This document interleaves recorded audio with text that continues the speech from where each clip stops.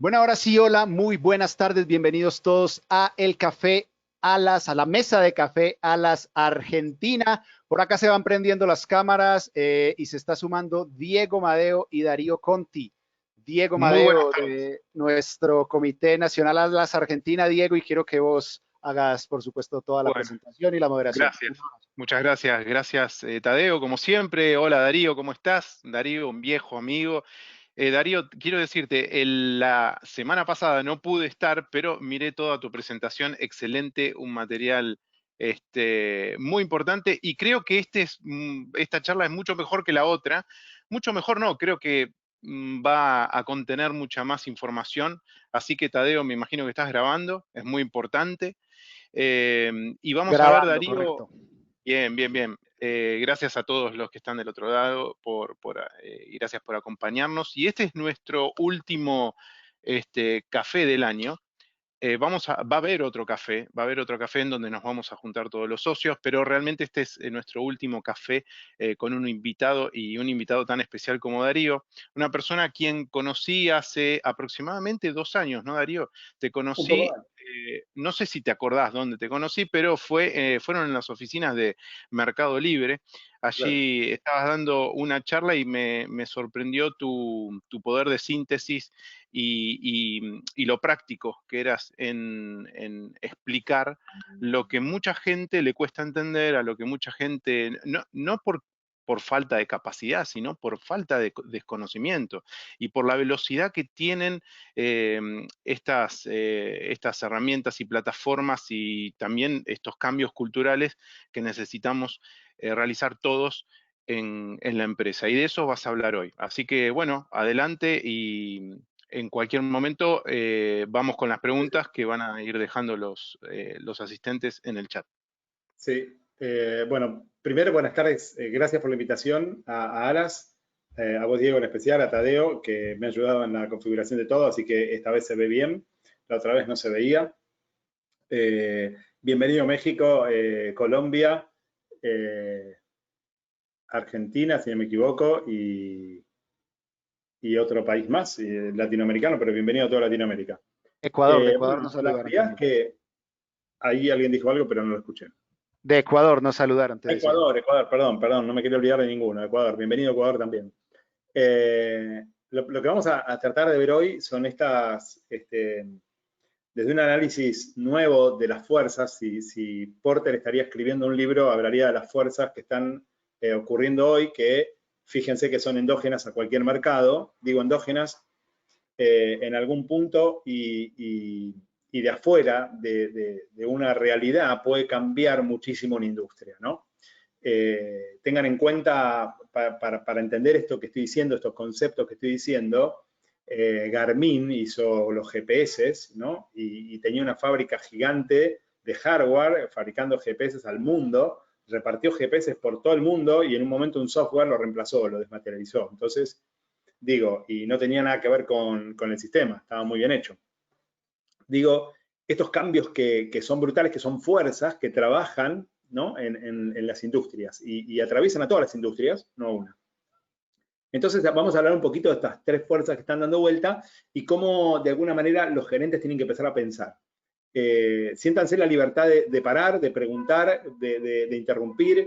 Está bueno que haya un ida y vuelta, está bueno para el que habla porque es online y a veces es difícil ver vueltas, pero pregunten.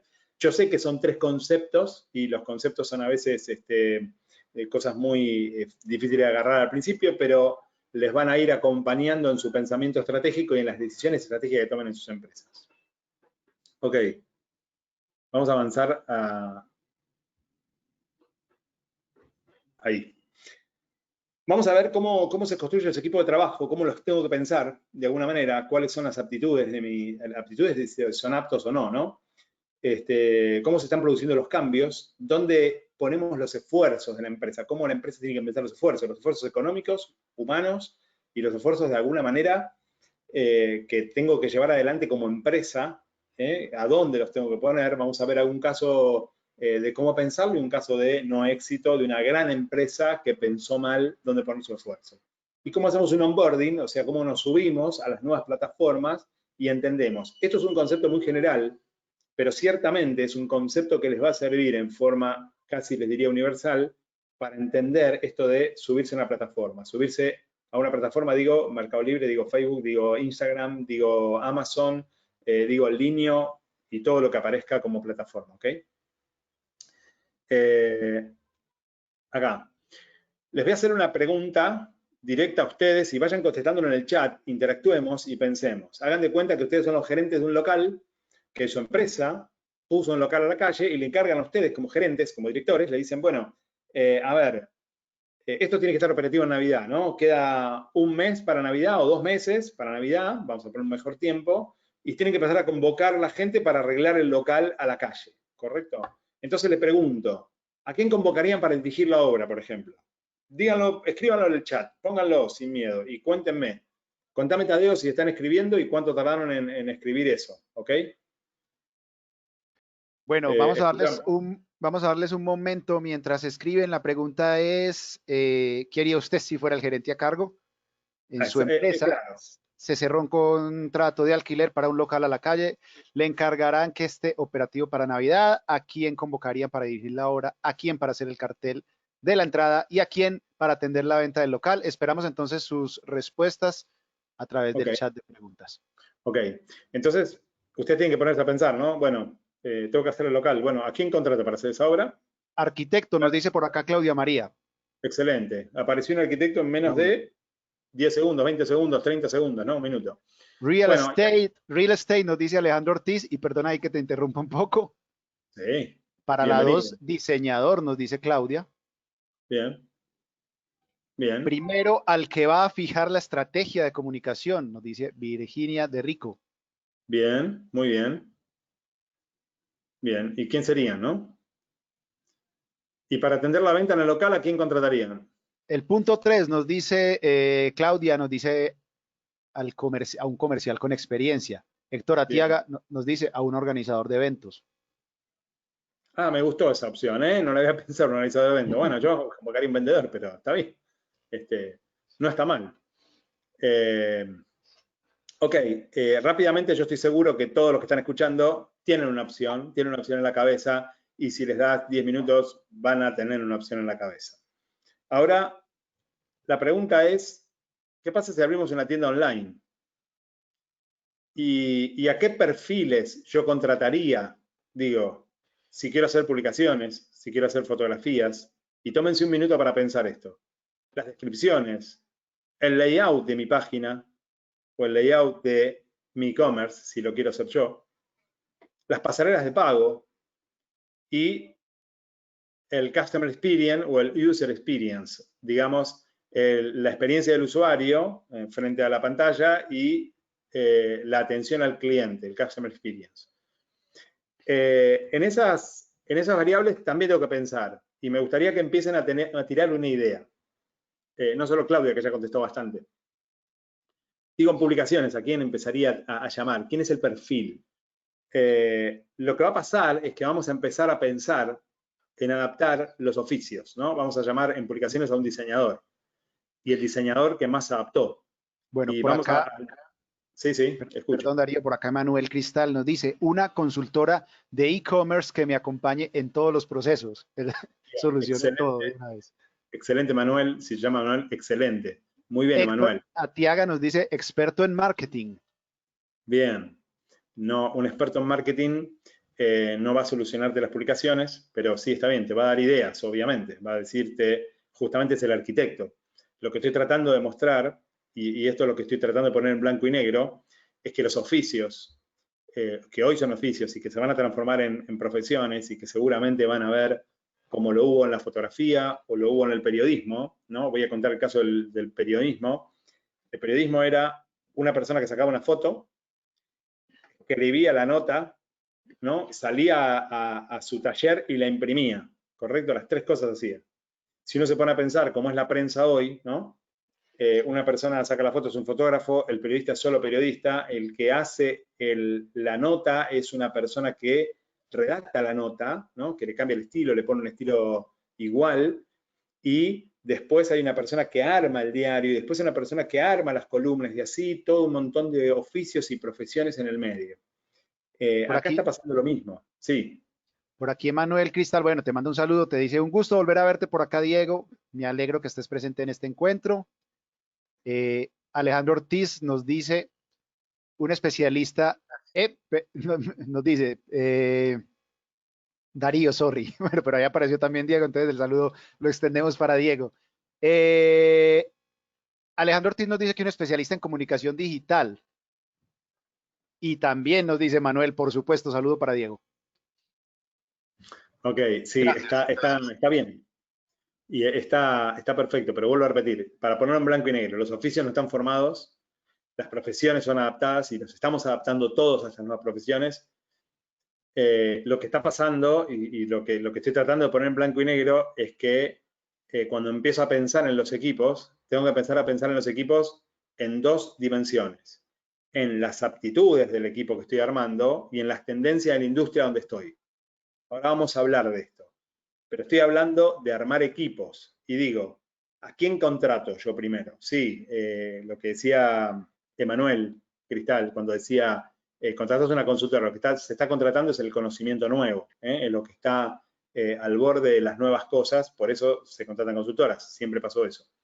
Pero la realidad es que armar los equipos, es difícil armar los equipos para una tendencia exclusiva de mi industria, es más difícil todavía. Pero sí, está bien. Yo creo que todos tienen idea. Cuando empiezo a pensar en la fuerza de trabajo, sí, perdón, tenía el micrófono cerrado. Quizás cuando uno también contrata una consultora, está contratando de alguna manera o subcontratando un equipo de trabajo, en donde en la consultora hay un experto en cada tema, ¿no? Exactamente. No hay una sola persona.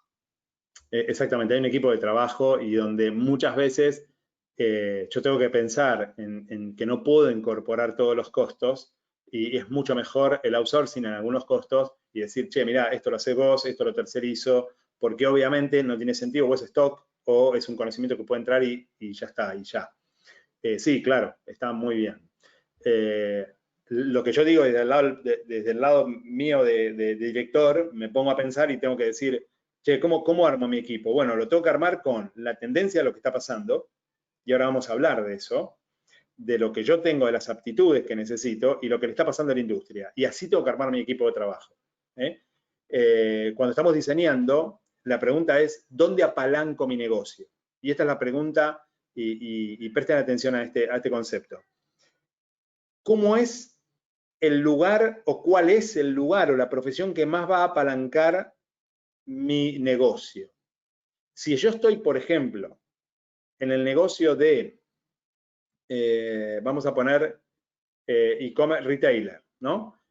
¿Me conviene contratar un vendedor? O como se descentralizó la venta, me conviene contratar un diseñador por un lado, escuchen esto, un editor de diario que sabe armar muy bien avisos o un copywriter. Digo, ese es el valor más importante porque la venta se descentralizó. Y si ahora, que vamos a adelantarlo, pero vamos a hablar de esto, y si la plataforma es Instagram o es social o es Amazon, entonces los oficios también son distintos. Porque en Amazon no tengo que trabajar tanto en contestar preguntas, pero sí tengo que trabajar mucho en la comunicación y en las descripciones, tengo que trabajar mucho en la customización del servicio final, entonces tengo que contratar gente ahí porque ahí se apalanca mi negocio. Entonces, la combinación es las aptitudes del equipo más la tendencia de la industria, y así tengo que pensar mis equipos, porque si no tengo los equipos, tampoco tengo resultados, obviamente. Tengo que saber cómo es la tendencia de la industria y cómo trabajar. Y ahora vamos a hablar de las tendencias de la industria.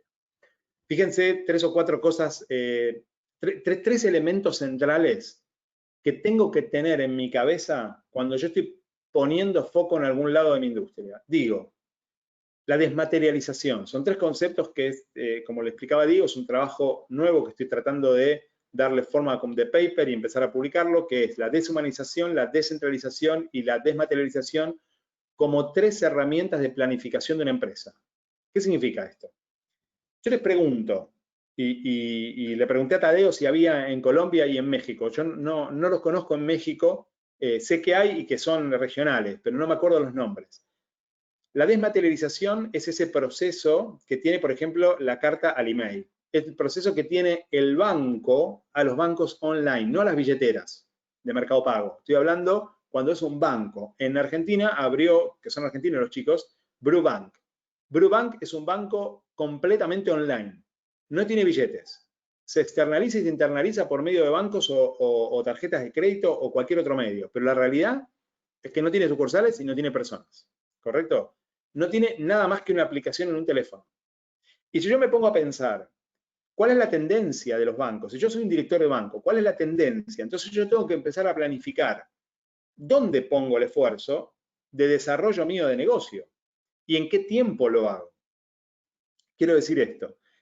Ahora observé, y en la cuarentena pasó, que muchos restaurantes y aplicaciones móviles hicieron las cartas de los restaurantes virtuales, ¿no? Con un QR y el pedido QR. Cosa que hubiera funcionado muy bien hace un año. Perfectamente hubiera funcionado, sin ningún tipo de problema. ¿Correcto? Pero la pandemia lo aceleró. ¿Por qué? Porque no tocan la carta, porque la carta es un transmisor, en fin, tiene un montón de cuestiones y se desmaterializó la carta. Yo digo, si tengo un restaurante, ¿me pondría a diseñar una carta impresa? No, no, porque yo sé positivamente que de acá en más las cartas van a desaparecer. E incluso, presten atención a esto, el llamado al mozo, en el caso que haya un servicio de mesa, también va a pasar por una aplicación seguramente. Y digo, si tengo un restaurante, tengo que poner un esfuerzo ahí.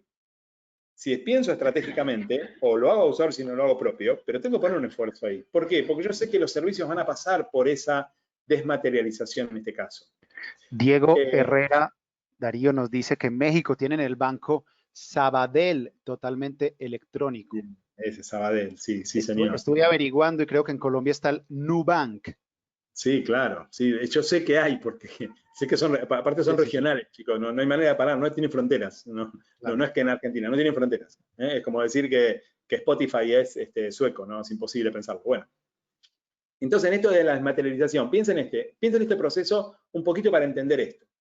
Yo estoy en la industria de, vamos a hablar en cosas sencillas, en las bicicletas, ¿no? Que yo lo puse acá como caso de desmaterialización. El caso de las bicicletas, que pasa a ser mucho de uso, ¿no? Empieza a aparecer esto en todas las ciudades, en todas las grandes ciudades empieza a aparecer el uso. Yo uso la bicicleta, pero no me la compro. No uso el material, no compro el material. Ahora, los monopatines pasa lo mismo. Ahora, piensen esto. Estoy en la industria automotriz. Y digo, ¿qué va a pasar con la industria automotriz cuando en realidad la cantidad de registros en el mundo, registros es la licencia de conducir? La licencia de conducir está bajando la demanda de la licencia de conducir y la población está aumentando de los chicos. ¿Qué pasa? Que no quieren manejar. ¿Qué pasa cuando era un bien preciado llegar a los 18 años y sacar una licencia? Entonces, yo pregunto, ¿la compra de los autos en el futuro, a ustedes les parece que va a existir o va a existir el uso? Las terminales están pensando lo mismo. Por eso Nissan creó auto en Argentina y Ford creó, no me acuerdo cómo se llama la compañía, que empiezan a compartir el sharing de autos, que empiezan a compartir autos. No estoy hablando de autos autónomos, estoy hablando de ahora, hoy. Las grandes terminales, las grandes fábricas están pensando en el uso de los autos y no en la materialización, en la compra, en la adquisición. Eso es desmaterialización también. En mi industria, en la que yo estoy, ¿qué parte se va a desmaterializar? Este es el pensamiento estratégico. ¿Qué parte de esta industria va a pasar a ser electrónica? Y ahí es donde tengo que pensar yo y apalancar mi negocio. En el tiempo que lo da la industria. Tampoco me tengo que adelantar y tengo que ser estratégico, pero tampoco me tengo que atrasar, porque viene un cambio tecnológico como vinieron de los bancos, ¿no? Brubank, y por eso lo traje acá, Brubank y otros bancos que acaban de nombrar, nacieron antes de la pandemia, ¿correcto? Y empezaron a convertir a la gente, a meterla en el mundo del banco electrónico y la gente empezó a entrar. ¿Pero qué pasó en la pandemia?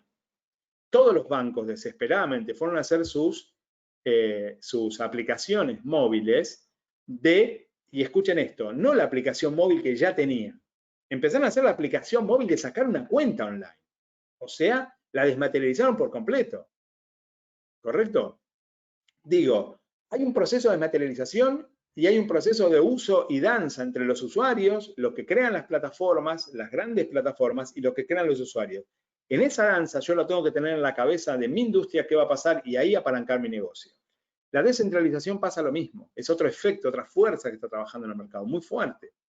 La descentralización es esto de los procesos de las respuestas de los foros de Amazon, es la descentralización de la respuesta. Uno pone una pregunta y puede contestarla a cualquiera.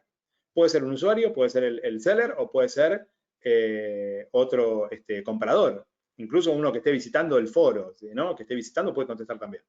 Es la descentralización de alguna manera. Y si yo estoy en una industria donde se descentraliza y yo quiero centralizar, entonces tengo un problema.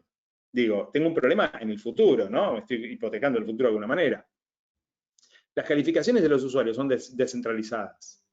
Todos están calificando en la web, y digo libre encima, y total y completamente descentralizado, ¿no? Wikipedia es una enciclopedia que se forma en forma descentralizada, controlada, pero descentralizada. La creación de medios, o sea, la creación de medios, iba a decir, en los medios, YouTube, de alguna manera, crea un montón de contenido total y completamente descentralizado. Y en algún punto compite con los centralizados, ¿no? Si mi industria es atravesada por la descentralización de algún proceso, bueno, ese es el lugar donde tengo que apalancar y ese es el recurso que tengo que traer, externo o interno. Y la deshumanización, y este es un tema que quiero tocarlo delicadamente, digo, ¿por qué? Porque yo entiendo que los procesos de deshumanización llevan un tiempo y hay que aprender a manejar y danzar con ese tiempo. Fíjense esto. La primera deshumanización que hubo en los bancos fue los cajeros automáticos, ¿no? Pues llegabas había muy pocos, pero había, en Nueva York había, en Buenos Aires había, en Ciudad de México había, bancos que estaban deshumanizados los cajeros. Completamente deshumanizados, eran solamente cajeros automáticos, los ATM. Esa fue la primera deshumanización, pero no había desmaterialización. O sea, había cajeros automáticos, no estaban desmaterializados, pero estaban deshumanizados. Y en ese proceso, los bancos pasaron a la deshumanización y después a la desmaterialización. Si este proceso yo lo entiendo, y lo entiendo estratégicamente, y en lugares donde es mucho más violento que otro, la deshumanización y la desmaterialización. Hay lugares que son más violentos que otros, o industrias que son mucho más rápidas que otras. Y ahora vamos a ver un par de casos que son interesantes. Los horarios ya no son humanos en las plataformas, ¿no? La inteligencia artificial y el proceso de no humanización de los horarios es un tema que hay que tocar. La inteligencia artificial. Obviamente les voy a contar algo, y no estoy haciendo futurología. La inteligencia artificial va a reemplazar muchas actividades humanas. No nos vamos a quedar sin trabajo, no es catastrófico, quédense tranquilos, va a haber mucho otro trabajo. Siempre hay un cambio de era, hay una revolución muy importante. Pero la inteligencia artificial va a reemplazar muchísimas funciones, pero hoy no lo está haciendo. En la atención al público está haciendo desastre la inteligencia artificial. Incluso está rechazada por algunos usuarios. Digo, tengo que tener claro cómo hacer ese pasaje, hasta dónde deshumanizo y hasta dónde humanizo, ¿correcto? Estas tres cuestiones, estas tres fuerzas que me traen y me dan posibilidad de pensarme estratégicamente para armar mis equipos de trabajo y para pensar mi empresa en los aspectos que tengo que pensar. ¿Siguen hasta acá? ¿Vamos bien? ¿Se están entendiendo los casos? Vamos, perfecto. Okay. Déjame acotar solamente algo, ¿no? Sí, claro. Vos decías, el director, de alguna manera, el director, el que está a cargo de un desarrollo de negocio, hoy tiene que estar muy atento a todo esto. La información está, pero le tiene que dedicar más del 50% de su tiempo hoy a ver qué es lo que está pasando. Y a tratar de no equivocarse en esas tendencias de alguna manera que tiene que ir observando. Pero el tema es cómo no equivocarse, ¿no? Pero creo que con tanta información me parece que bueno, es posible ver un poco el futuro, ¿no? Sin ser futurólogo, ¿no? Sí, De alguna totalmente, manera. Diego. Sí, totalmente. Es interesante lo que estás diciendo porque, a ver, este modelo lo estoy creando yo para llevarlo a tierra, ¿no? El modelo de pensamiento lo estoy tratando de crear para tener un elemento más de diagnóstico, ¿correcto? Ahora, yo te digo una cosa. Si yo estoy en las discográficas, hacé de cuenta que yo hace 20 años estaba en las discográficas. si yo no me daba cuenta que iba a la desmaterialización por completo y no iba a la deshumanización de la venta, ¿no? Fíjense, la creación de la música no se deshumanizó, en absoluto.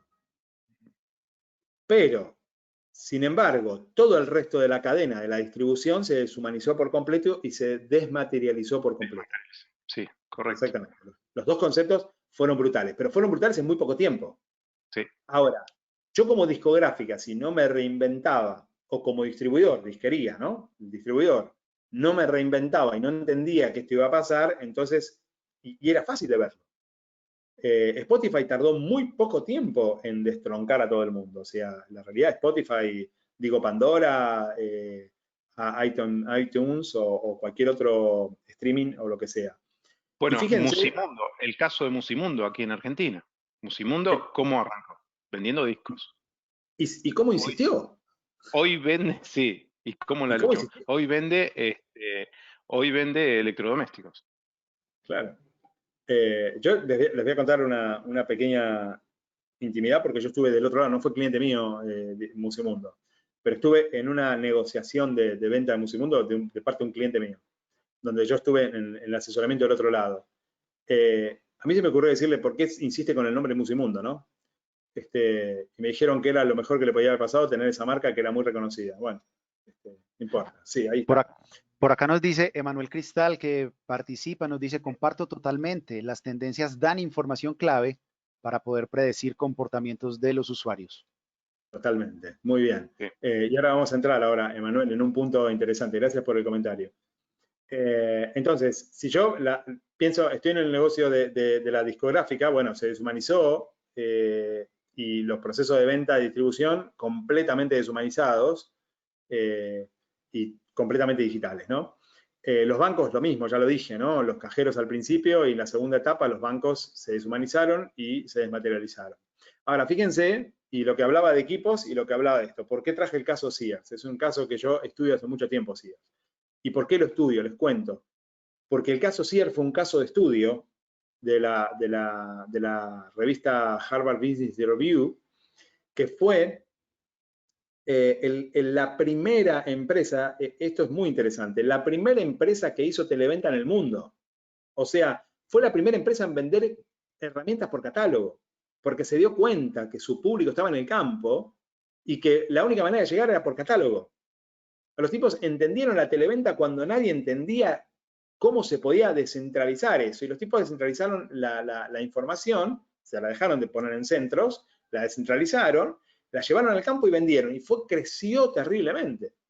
Estoy hablando de una empresa que tenía 800 locales propios de distribución de ventas de herramientas, donde Black & Decker y Porter presentaron el caso de Black & Decker, el caso de Black & Decker que fue presentado en Sears. O sea, era una empresa gigante de Estados Unidos, un retailer gigante de Estados Unidos. ¿Y cuál fue la falla de Sears o cuál es la tesis que estoy planteando? Bueno, ellos no entendieron lo que estaba pasando en la deshumanización. Y lo último que dijo su director, y que al tipo que contrataron para dirigir a Sears, venía del retail tradicional, del supermercado. Y el tipo empezó a trabajar, ¿qué hizo? Lo primero que hizo, metió modelos nuevos, empezó a trabajar sobre las sucursales, cerró algunas que daban pérdida, pero el tipo no hizo e-commerce, porque no entendía que ese proceso estaba pasando, y obviamente Amazon le terminó ganando en la distribución. Obviamente, Walmart y Amazon le dieron los últimos adiós, porque en realidad vendían. Fíjense en el caso de Amex, American Express. American Express no deshumanizó la atención al cliente, es más, la superhumanizó. O sea, donde puso el esfuerzo es en humanizar el proceso de atención al cliente y puso todo su esfuerzo ahí, porque es el lugar donde más apalanca su negocio. El resto lo deshumanizó por completo y lo desmaterializó por completo. Le faltan las tarjetas, que en cualquier momento van a aparecer, la desmaterialización de las tarjetas, que bueno, a ver, ¿quién piensa que las tarjetas van a seguir viviendo de acá a un tiempo? Material, ¿no? De forma material. Es imposible pensarlo cuando estamos pagando por QR y con billeteras virtuales y con los relojes. Apple Pay, estamos ya pagando con visas que son cartones ciegos, o sea, ya se va a desaparecer, ¿no? Claramente se va a desmaterializar. Pero bueno, digo, estos son casos para empezar a pensar. El caso de Sears es un caso para pensar, bueno, ¿cuál es la persona que estoy contratando y dónde me apalanco mi negocio cuando la tendencia del mercado pasa esto? Entonces, el caso de Amex es un caso muy interesante porque Amex, les cuento que el American Express nació por hacer el servicio de, por eso se llama American Express, hacía correo, trabajaba con correos y caballos, ¿no? O sea, cruzaba América con caballos y diligencias para llevar encomiendas, era un correo, un correo. Y se hizo Amex porque empezó con los cheques a llevar valores de un lado a otro y terminó siendo American Express. Se reinventó muchas veces y tiene una de las tarjetas más viejas del mundo. Se reinventó muchas veces y ahora está poniendo muchísimo esfuerzo en la atención al cliente. Es el lugar donde ellos creen que van a agregar valor y donde su negocio agrega valor y no lo deshumanizan por completo. Y fíjense que si ustedes llaman a los bancos, están casi deshumanizados en la atención telefónica, en la atención web ni que hablar. American Express no, lo único que deshumanizó fue la parte automática, financiera, cálculos y todo esto, y el resto lo humanizó mucho. Bueno, ahí, de vuelta, el director tiene que pasar a pensar dónde quiere ir, qué le está pasando a la industria que está circulando y qué quiere hacer con respecto a la palanca de su negocio. ¿Hasta acá me siguen? ¿Vamos bien? Está perfecto, Darío. Me gustaría saber si hay alguna pregunta, Tadeo, e invitar, hacemos un pequeño corte, y ya llegamos a los 30 minutos de charla, Darío. Okay. A ver, Tadeo, ¿estás por ahí? ¿Hay alguna pregunta Por acá para estoy. leer? No, preguntas en este momento no. El último comentario que Ok, tenemos por acá es el de Emanuel. Si tienen preguntas, por supuesto, aquí las bien. estaremos leyendo. Bien. Tadeo, aprovecho la oportunidad. El 24 y el 25 de noviembre vamos a tener a las Meet 360, una experiencia virtual casi parecido a la vida real, como lo hicimos hace unos 3 meses atrás aproximadamente. Y no sé si está Aurora Paniza por ahí, que es nuestra coordinadora de eventos ALAS. Aurora, a ver si Hola, te vemos. ¿cómo Hola, están? ¿cómo Feliz estás? tardes. ¿Cómo Feliz estás, tarde, Aurora? Diego, Darío. Excelente, gracias a Dios. ¿Cómo viene la organización del evento a las Meet, Aurora? Bueno, te cuento, Diego, que ha sido un evento en el cual hasta el momento hemos tenido un registro exitoso. Eh, Aspiramos a que pues las personas que están aquí conectadas puedan seguirse pues interesando y sumando a este importante evento. Y bueno, voy a aprovechar como este espacio pequeño para contarles sobre las nuevas conferencias que nos han confirmado hasta el momento, profesionales de alto impacto.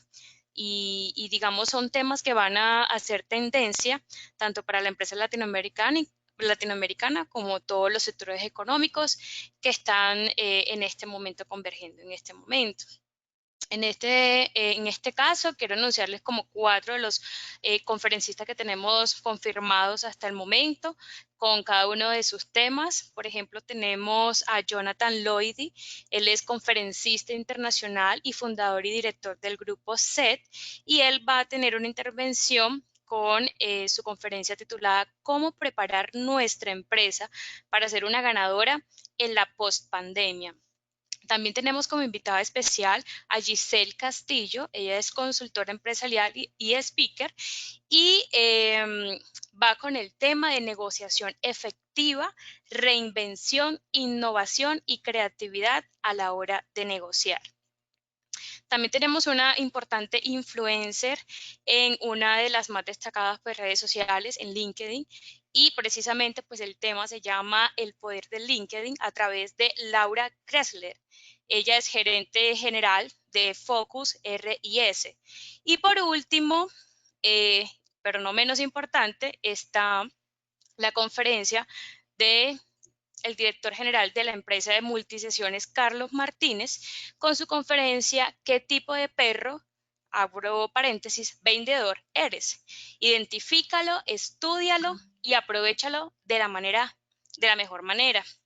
Este evento será, digamos, una revolución importante para la industria de la seguridad, como para todos los sectores económicos a los cuales pues estamos identificando y queremos como proyectar a esas mejoras y esas posibles soluciones tecnológicas que cada una de las empresas del sector le puedan brindar, como el sector Aurora, retail. Dime. el evento, más allá de estas charlas y algunas más que se están preparando, cuenta con una exposición importante, con muchos participantes, las principales marcas de Latinoamérica y del mundo en realidad. Sí, sí, es correcto, así es. Tenemos pues varios patrocinadores, de los cuales cabe resaltar Abloy, Anister, Kame, H&D, Control, 24, pues Johnson Controls, importantes empresas que darán como lugar a esas posibles soluciones que tienen a esas necesidades del sector. Entonces, les quiero invitar a que hagan parte de este momentum, porque estamos desde ALA junto con las ferias internacionales de Latinoamérica, estamos en un momentum de poder crear un documento y de poder crear una sinergia entre todos los sectores económicos, siendo pues el principal el sector de la seguridad. Así es que hasta Porque hoy... además nos están acompañando las principales exposiciones de Latinoamérica, ¿no? Exacto, está Exposet, Seguridad, está, ya te digo, Intersec. ajá, Intersec, Expo Seguridad México, la Feria Internacional de Seguridad, ISC Brasil y bueno, por supuesto Intersec Buenos Aires. Entonces, sí, les hago como esa invitación. Hasta el día de hoy tenemos la tarifa de preventa a $15 y también tenemos unos beneficios para aquellas personas o empresas que deseen participar a modo de grupo empresarial. Así que, bueno, sin más, este es como mi pequeña intervención e invitación para todos ustedes. Y bueno, muchas gracias Darío y Diego por este espacio y excelente tema, de verdad que me ha llamado mucho la atención quedarme en este espacio. Un placer. Bueno, gracias Aurora. Gracias Aurora. Gracias. Gracias. Gracias, bueno, Aurora. Darío, continuamos entonces con la charla.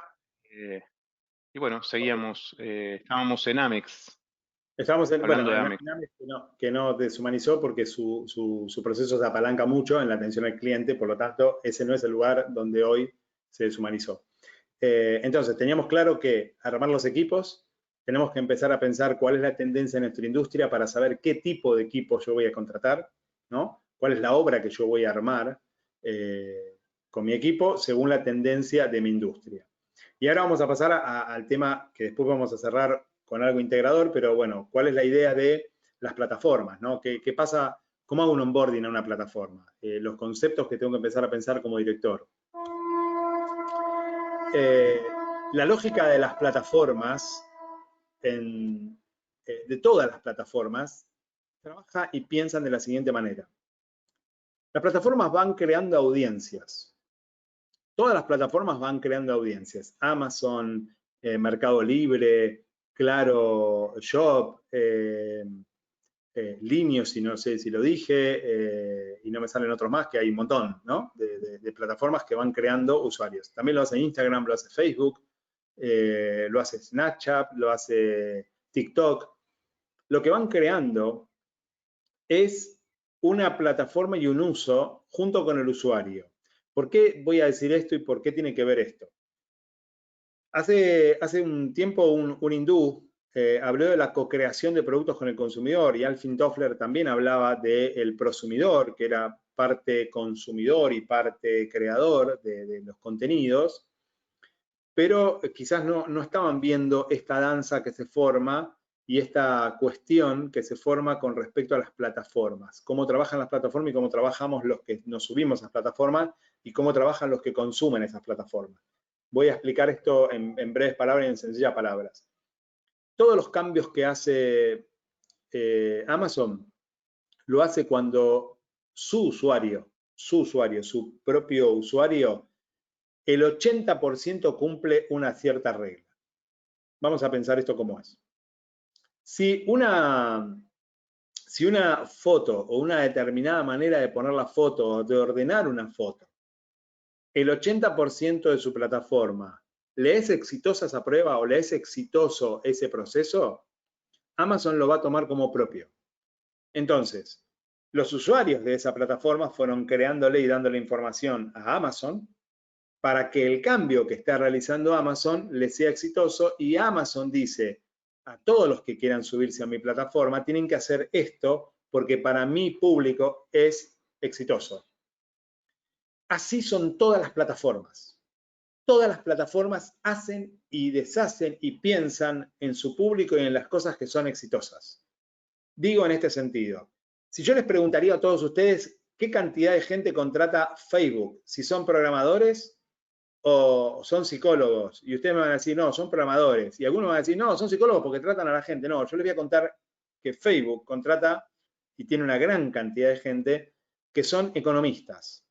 ¿Y por qué son economistas? Y les voy a contar el gran secreto. Los economistas o los que tienen desarrollo en economía son los que están más cercanos a manejar magnitudes y tendencias o lo que se dice relaciones y correlaciones en estudios de grandes cantidades de datos. Científicos de datos que están orientados a la economía o a los manejos de magnitudes. ¿Por qué? Porque en realidad lo que hacen es analizar grandes cantidades de datos y predecir lo que va a hacer su usuario. Y en base a esa predicción van a buscar un éxito o un comportamiento de éxito. Si yo no entiendo esto de las plataformas y voy con los modelos en la cabeza que son míos, entonces el onboarding es difícil de hacerlo. Generalmente van al fracaso.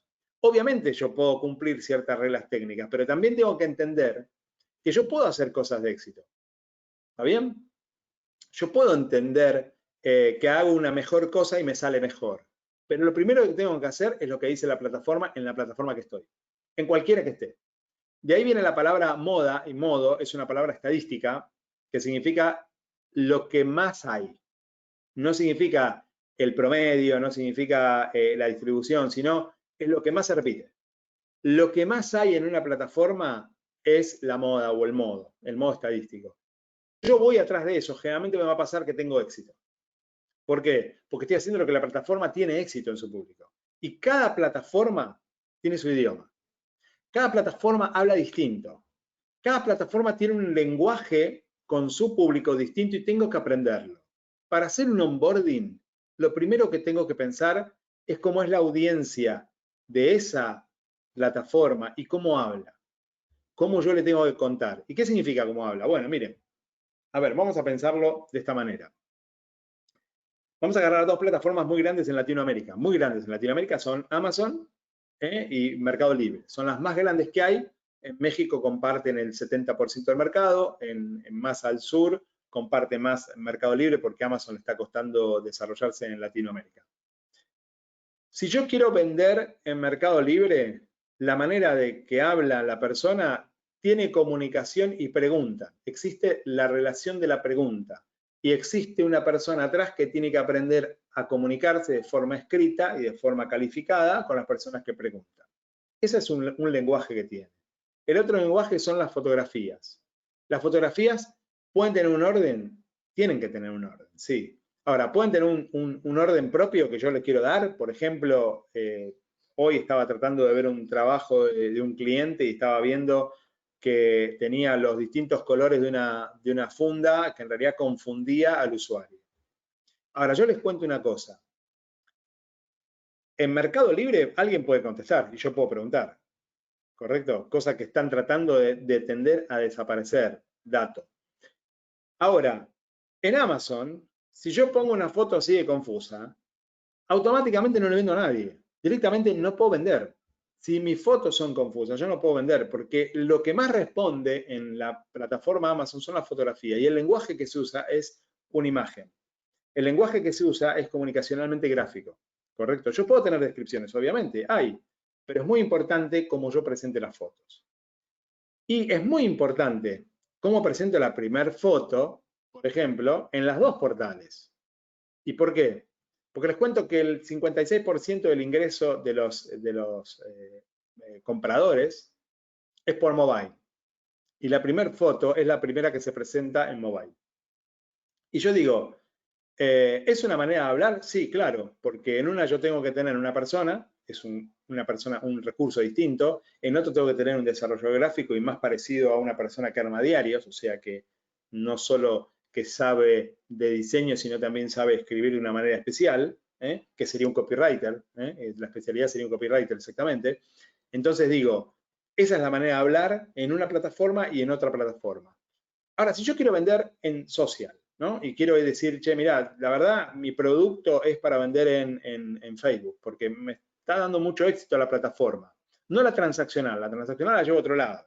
Pero yo sí, lo que hago es tener al público meta y poder captarlo ahí. ¿Cómo le hablo? ¿Le hablo igual que le voy a hablar en Mercado Libre? No, claro que no. Y en Snapchat hablo igual, o si quiero vender en Instagram, es igual. Y en TikTok, ¿es igual si quiero vender mi servicio, si quiero vender mi producto? ¿Es igual? No, claro que no. Fíjense que en cada plataforma, y ni que hablar el LinkedIn, que es completamente distinto, ¿no? Si yo no entiendo los idiomas, no entiendo los lenguajes y los recursos que estoy contratando, la primera parte de esta charla, no están adaptados a estas plataformas o no tienen el conocimiento para estas plataformas, profesionales que pueda poner, generalmente voy a hacer un onboarding o voy a subirme a una plataforma sin entender lo que pasa. Otra de las cuestiones, y que es un tema que lo hablamos siempre, pero sin embargo es un tema que es como difícil a veces de captar y parece que fuera psicológico, pero no lo es así. El principio se llama sistémico, las plataformas son sistémicas. Todas las plataformas donde ustedes se suban son sistémicas. ¿Qué significa? Lo bueno atrae más de lo bueno. Si yo estoy en Facebook, que es el SEM, ¿no? Perdón, el SEM y el SEO.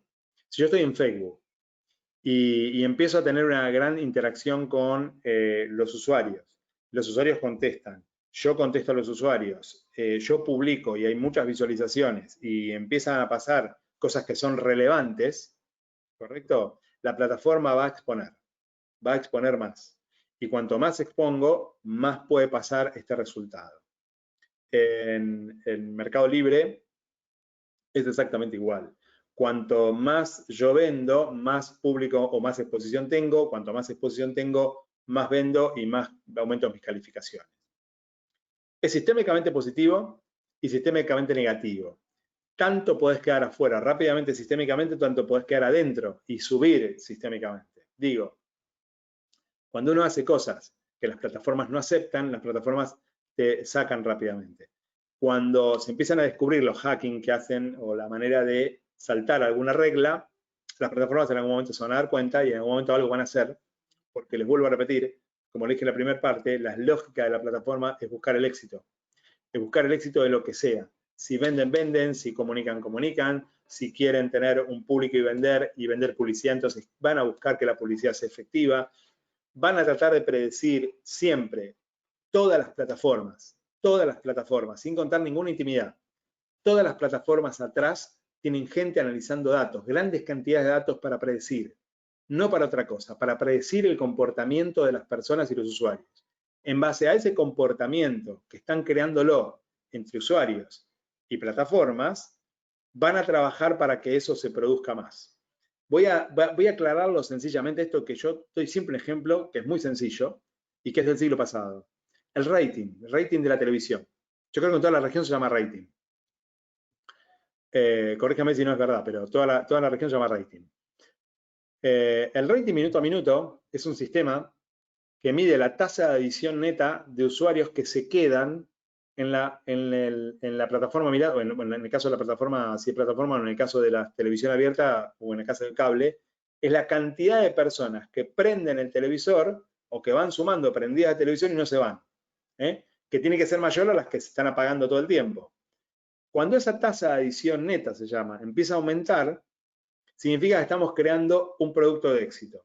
Cuando empezaron con el rating minuto a minuto, lo que le decían a los conductores a través de los auriculares, le decían, mira, ese tema está bueno, seguí, continualo, y se empezaban a crear estos contenidos en base a lo que tenía éxito o generaba mayor rating. ¿Y qué es lo que estaban haciendo en realidad? Creando productos con el consumidor. ¿Qué es lo que hacen las plataformas? ¿Qué es lo que hacen en realidad los contenidos por las visualizaciones? ¿Qué hacen las interacciones en las plataformas o en las redes sociales? ¿O qué hacen las ventas y las calificaciones en los lugares transaccionales? Mercado Libre, Linio y Amazon. ¿Y qué estamos diciendo? ¿Cuál es la lógica de la plataforma? La lógica de la plataforma es crear sistemas con el consumidor que tengan éxito. Cualquiera de los cambios que hagan, ni Mercado Libre, ni Amazon, ni el Linio no lo sé, pero ninguna de estas dos plataformas que son las más grandes, ninguna de ellas va a hacer un cambio que sea perjudicial para su público meta. Nunca.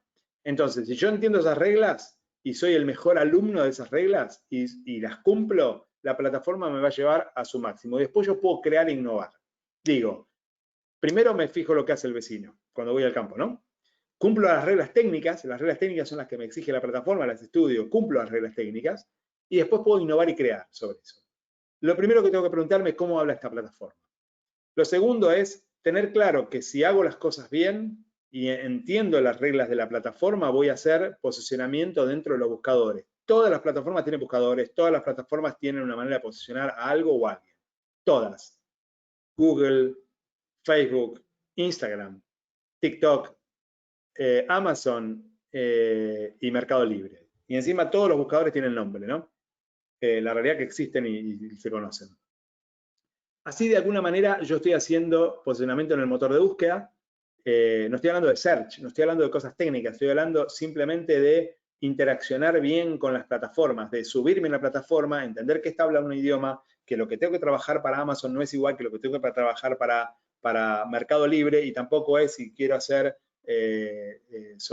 redes sociales para atraer a los lugares transaccionales. Darío, una pregunta. Sí. Sí. Perdóname que te interrumpa. Hasta ahora, claro, lo que estás mencionando tiene que ver con el posicionamiento orgánico, con el SEO, ¿no? Entender lo que están haciendo las plataformas de venta y entender cómo funciona cada una de las redes sociales y qué lenguaje usan. Pero ¿qué pasa con el SEM? ¿Qué pasa cuando uno pone dinero en esas plataformas? En general, Mercado Libre no te permite poner tanto dinero, sino que justamente trabaja lo que es el SEO, ¿no? Es excelente tu pregunta, Diego, me encantó. Tu pregunta es excelente. ¿Por qué es excelente? ¿Por qué? ¿Y por qué lo puse junto también al SEM? ¿Por qué puse el SEM y el pago también lo puse junto? Porque trabaja sistémicamente. Si vos publicás algo que no se vende y lo querés empezar a empujar con pago, vas a fracasar. Si vos tenés que publicitar, tenés que pensar en cosas que tengan éxito. Por eso dije que es sistémico el SEM y el SEO. Si yo publicito un producto que no se está vendiendo en la plataforma, entonces voy a perder dinero.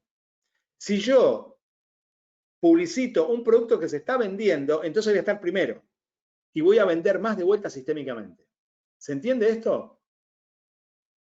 Las dos maneras son sistémicas. Si yo pongo productos que no tienen éxito, voy a tener poco éxito. Si pongo productos exitosos, voy a tener más éxito todavía. O sea, significa esto, se venden 10. Si no publicito, vendo el 10%. Si publicito, vendo el 30%. Los 10 no van a cambiar. ¿Y qué debemos hacer? ¿Preocuparnos por primero por el SEO y después por el SEM? ¿O al revés? Siempre. ¿Cómo arrancamos? Sí, claro, claramente. Si vos no tenés un SEO bien armado, significa que vos no estás hablando el lenguaje de las plataformas y no estás alineado con la cuestión técnica. Punto. O sea, tenés que arrancar por el SEO sí o sí. Perfecto. ¿El SEM te ayuda? Sí, pero te voy a contar una cosa. Si tenés mal tu SEO, significa que el SEM en algún momento lo vas a terminar perdiendo. Exacto. Sí, sí. Claramente. Bien, clarísimo. Bien, no, nunca arrancaría por SEM. O sea, no, siempre arrancaría por el SEO. Claramente. Ok, esta es la manera. Te aseguro que hay muchas empresas que quieren acortar camino y arrancan por el SEM. Sí, si no entienden la lógica de las plataformas, no hablan el idioma de las plataformas, ponen plata, la pierden. No tienen ROI, es la verdad. Pero ese es el pensamiento no sé si la mayoría, pero me he juntado con muchas empresas, colegas y algunos clientes que de alguna manera pretenden resolver pagando, sin entender la plataforma. Sí, pierden mucha plata. Mucho dinero pierden, y lo que pasa es que no saben medir tampoco la pérdida. A ver, pocas empresas conozco que saben el ROI. Pocas. Che, ¿cuál es el ROI? ¿Cómo está la campaña? No, la campaña va bien, dicen. ¿Y cuál es el ROI? No lo sé, tendría que preguntarle a Peros, pero...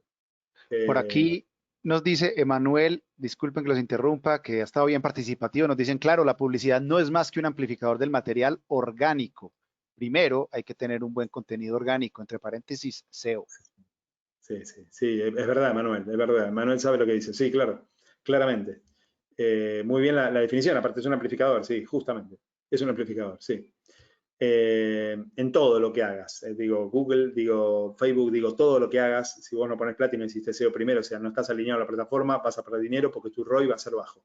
No se olviden una cosa, captar clientes es caro. Es muy caro. Si yo no retengo o no retengo las posibilidades que me da el SEM por la propia proyección orgánica, entonces estoy perdiendo dinero. Mis posiciones no las voy a mantener, claramente. ¿Alguna otra pregunta con esto? Son 3 conceptos muy sencillos. La lógica de cómo piensan las plataformas. Todas las plataformas piensan en su público y todo lo que yo tengo que hacer es pensando en su público también, no en el mío. No pensar desde mí, sino desde la plataforma.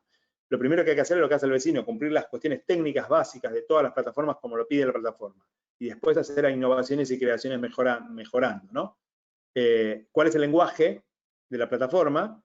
Y pensar en que todo lo que yo hago tiene que ser, es sistémico, y tengo que pensarlo sistémicamente. Y cuando digo sistémicamente, digo, hasta la economía es sistémica, no nos vamos a meter ahí porque nos vamos a enroscar, pero es como si yo quisiera mañana poner una compañía de seguro y no pienso, el seguro se mide sistémico, se mide, si tanta cantidad de la población es tanto, los seguros son tanto y se roban tantos autos, mi costo va a ser tanto. Es totalmente orgánico, yo no puedo pensar en que te voy a asegurar a 4 amigos, le roban el auto a un amigo y yo no puedo pagar el auto, digo. Es una economía distinta, es una economía estadística y sistémica. Bien, ¿alguna pregunta hasta acá? Para no meter más conceptos y ahora tratamos de cerrar con algo integrador. Bueno, si alguien tiene alguna pregunta, nos la puede hacer llegar a través del chat de preguntas, como les hemos contado. Si quieres, Darío, mientras tanto vas siguiendo y si llega alguna pregunta, te lo digo.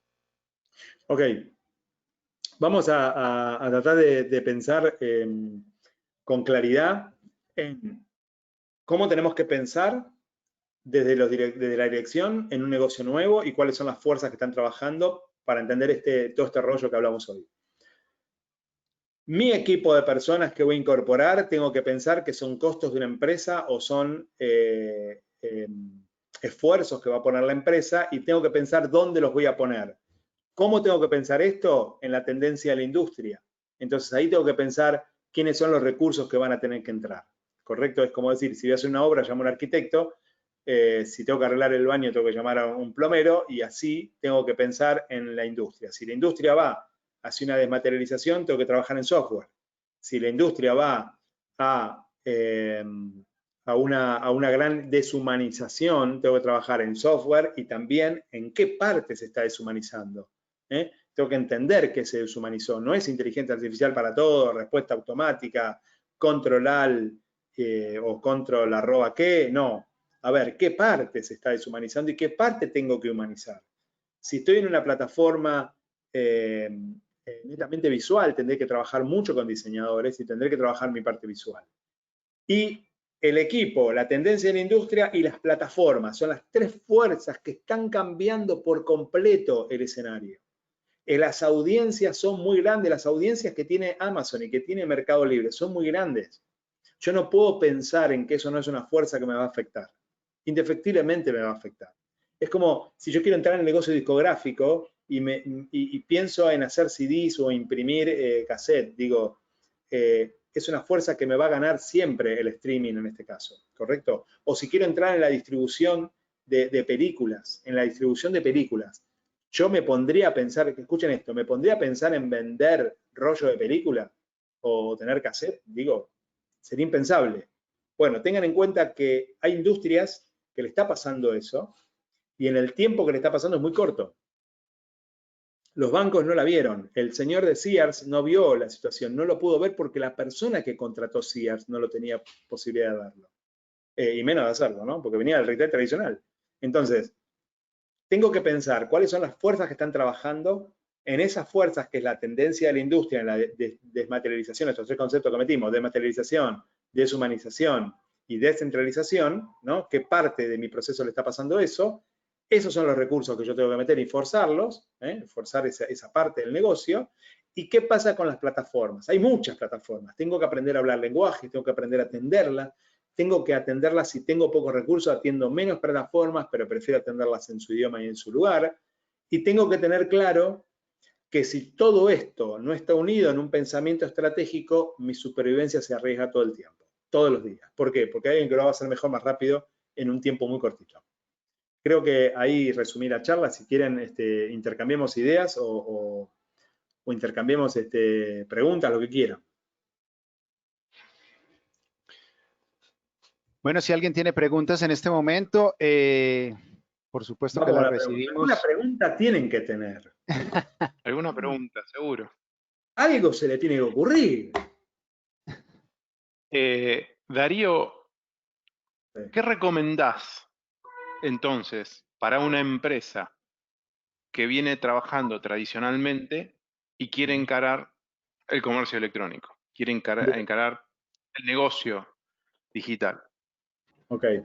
Yo el otro día tiré un concepto que yo sé que es fuerte, que en el tema no tiene sentido tener un e-commerce propio porque la realidad es que no voy a poder ir a la velocidad del desarrollo que exigen las plataformas y las audiencias que están creando las plataformas. Es como pensar que me fabrique mi propio auto hoy. Sería impensado, ¿no? Porque ahora, te cuento que hace 80 años atrás por ahí se me ocurría hacer mi propio auto, ¿no? Ahora no se me ocurriría. La realidad es que lo primero que tiene que hacer es planificar muy bien su industria, mirar su tendencia, saber qué parte se va a descentralizar, qué parte se va a deshumanizar y qué parte se va a desmaterializar, y trabajar en pos de esas palancas, en qué plataforma yo lo voy a poner y cuál es el equipo que voy a contratar. Quiero decir, ¿voy a contratar un vendedor tradicional? No. ¿Voy a hacer un sistema de venta cuando mi industria en la que estoy se está desmaterializando y deshumanizando? No, tengo que trabajar y montarme en las plataformas. Entonces lo que tengo que contratar son gente que sepa mucho de plataformas. Si estoy viviendo un proceso de desmaterialización de mi industria con respecto a la distribución, no parte. La verdad que yo vendo micrófonos, ¿no? Son materiales. Se desmaterializó todo el sistema de distribución y cada vez se está desmaterializando más. ¿Yo me pondría un local a la calle, o sea, materializaría la parte de retail, de distribución? No. ¿Y contrataría gente que sepa retail? No. Tengo que contratar gente que sepa redes sociales, armar avisos, copywriter, mi imagen va por ese lado. Quiero decir... ¿Qué pasa con la venta de servicios, por ejemplo? Porque hasta mirá, ahora estábamos pensando en productos. Para mí el servicio también, fíjate que es muy interesante lo que decís. También el servicio para mí está totalmente desmaterializado a la venta y va muy bien por redes sociales. El servicio por excelencia va por redes sociales. Y si yo empiezo a decir, che, mira, yo quiero vender servicios, yo iría claramente por la parte social a desarrollar contenidos que esté mi servicio incluido adentro. Tenemos por acá ya algunas preguntas y comentarios que van llegando. Claudia María Mesa nos dice, yo tengo una inquietud en el área de seguridad electrónica. ¿Cómo sería la aplicabilidad del mercado digital para la venta y o soporte técnico en el mercado colombiano, por ejemplo? Bien, yo entiendo, por lo que me está diciendo, es cómo sería la venta de los... ¿Ella vende hard o soft de seguridad? Si nos aclaras, Claudia, qué tipo de productos, de solución está vendes. pasando que la seguridad se está desmaterializando mucho, en muchos aspectos se está desmaterializando la industria de seguridad. Perfecto. Claudia nos dice que en general en seguridad electrónica, ¿cómo se aplicaría? Y nos cuenta que venden sistemas electrónicos de seguridad, alarmas, CCTV, controles de acceso. Bien. El hard, o la parte hard de la seguridad, y ya tendríamos que entrar en una consultoría personal, pero yo pienso esto. Yo tengo hard, lo vendería por canales de venta transaccional. Claramente lo vendería por ese lugar. ¿Por qué? Ella no va a desmaterializar, esa parte de la industria no se va a desmaterializar. Quizás se desmaterialice el proceso de la centralización o las centrales que van a estar en los teléfonos, entiendo eso. Si esa parte es la que se va a descentralizar, se va a desmaterializar de su negocio, entonces yo laburaría en software, en desarrollo de software, como sistema de venta, ¿no? Digo, vendería el software para que soporte el hard. ¿Se entiende lo que estoy diciendo? Perfecto, Claudia, si tienes ahí algún comentario, por supuesto que nos lo puedes hacer y aquí seguimos conversando. Diego Manuel Herrera nos dice, ¿cuál creen que será la tendencia de la venta de servicios de seguridad privada? Bueno, es esta área que también es bien específica. Bueno, a ver, el área de seguridad privada, te tengo que decir algo, se está desmaterializando mucho, ¿correcto? Se está desmaterializando en el mundo. Yo te diría que si estás pensando a mediano y largo plazo, entiendas que vayas a meter los esfuerzos en la desmaterialización de la seguridad privada. Al menos, mucha parte no, digo, ¿el guardaespaldas va a seguir estando? Sí, pero te digo que la mayor parte de la industria se va a desmaterializar. Si yo pienso a mediano y largo plazo, se va a desmaterializar mucho. Yo quería opinar algo. A ver, cuando hablamos de seguridad electrónica es un mundo enorme. Es un mundo enorme que está segmentado en distintas, en distintas familias de productos, si podemos llamarlo así. En los últimos años se ha digitalizado inclusive el hardware. Se ha digitalizado muchísimo y la seguridad pasó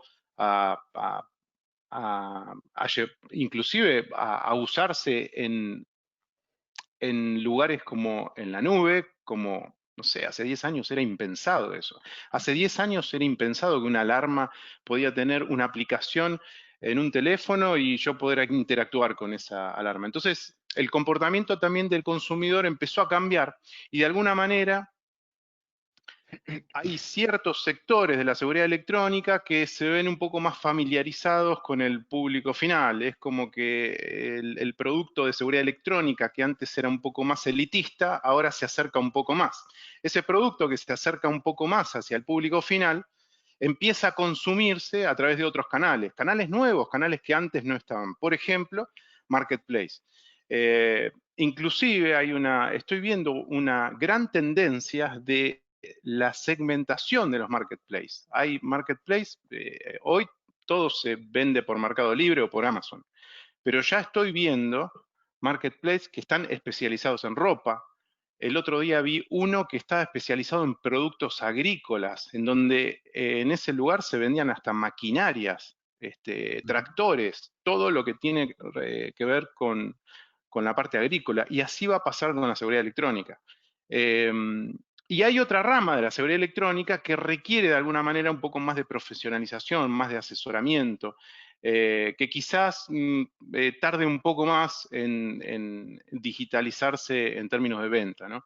Pero bueno, por lo menos en los últimos años estuve viendo eso. Y también veo cómo los mismos instaladores están recomendando de alguna manera al cliente final a comprar en los marketplaces para que el instalador finalmente se encuentre con los productos y le haga la instalación y agregue valor a su trabajo, que es lo que siempre debería haber hecho, ¿no? Sí, ahí tenemos varios comentarios, ahí estamos sobre el tiempo, pero los podemos resolver sin problema. Alejandro Ortiz, muy por el lado del tema de la seguridad privada que nos comentaba ahorita Diego Herrera, nos dice, hoy en día los guardias están siendo sustituidos por sistemas de control de acceso, CCTV, etcétera, centralizados, monitoreados y controlados desde un SOC. Habla ahí como esta parte del hombre y la máquina y hasta qué punto se están reemplazando y demás. A ver, yo quiero agregar cosas ahí. Si vamos a tratar de entender esta parte que es más universal. ¿Qué le está pasando a la industria?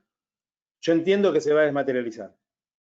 ¿Por qué? Porque entiendo que la inteligencia artificial le va a ganar a la seguridad, el reconocimiento facial le va a ganar al guardia de seguridad, le va a ganar. Si yo estoy en esa industria, yo entraría por ese lado, porque yo sé que estratégicamente, a ver, no tengo que ser un genio ni estoy haciendo futurología. Yo estoy diciendo, reconocimiento facial, inteligencia artificial y 3 o 4 combinaciones, no necesito a la persona. Entonces digo, si yo estoy en ese servicio, entiendo que lo que me va a pasar en mi vida va a ser que se va a desmaterializar. Todo no. Como dice Diego, el mundo es muy grande en seguridad. Yo puedo agarrar los procesos, dividirlos para entenderlo. Divido los procesos entre la venta, el servicio, el hard, el soft, y digo, lo divido. Entiendo en qué industria estoy y cuál es la reconversión que tengo que tener si mi industria se desmaterializa. ¿Correcto? Incluso eso lo tengo que poner en el mercado que estoy. Pero claramente, entre la inteligencia artificial, el software, las computadoras de bolsillos, los teléfonos y todo esto, la seguridad tiende a desmaterializarse y a deshumanizarse también. Correcto, aquí, bueno, Claudia venía haciendo varias preguntas, pero finalmente nos dice que ha quedado claro. Ella nos hablaba de un poco eh, de que ellos venden muchas cosas presencialmente, en donde tienen que mostrarle al cliente la alarma que se necesita y demás, y que esto llevarlo al mundo digital, pues no siempre va a ser posible, pero bueno, creo que ahí están los retos y cada vez va a ser más posible. No sé si hay Exactamente, algún sí. comentario, Darío. Sí, totalmente, sí. Tengan en cuenta esto. No se pueden resolver problemas nuevos con modelos viejos. Hay que tener en cuenta esto. Lo presencial, sí o sí, esta danza que está empezando a aparecer, que yo digo que están creando audiencia, las grandes plataformas crean audiencia, también crean costumbres. Tenga en cuenta que lo que no parecía que se iba a vender online, hoy se vende online. Y les Claro. cuento un caso para cerrar. Ford en China, la fábrica Ford en China puso una gran torre de autos. La persona mete su tarjeta de crédito, baja el auto, lo prueba, si le gusta se lo lleva. En una plaza. Lo que nosotros pensamos que es imposible, una de las industrias más difíciles, llaman del brick de web o de click, brick, de la computadora a los ladrillos. Los americanos dicen que es muy difícil la parte automotor. Y los chinos vinieron y dijeron, no, pará, que se lo lleve, lo pruebe y lo traiga. No hay problema, yo sé quién es.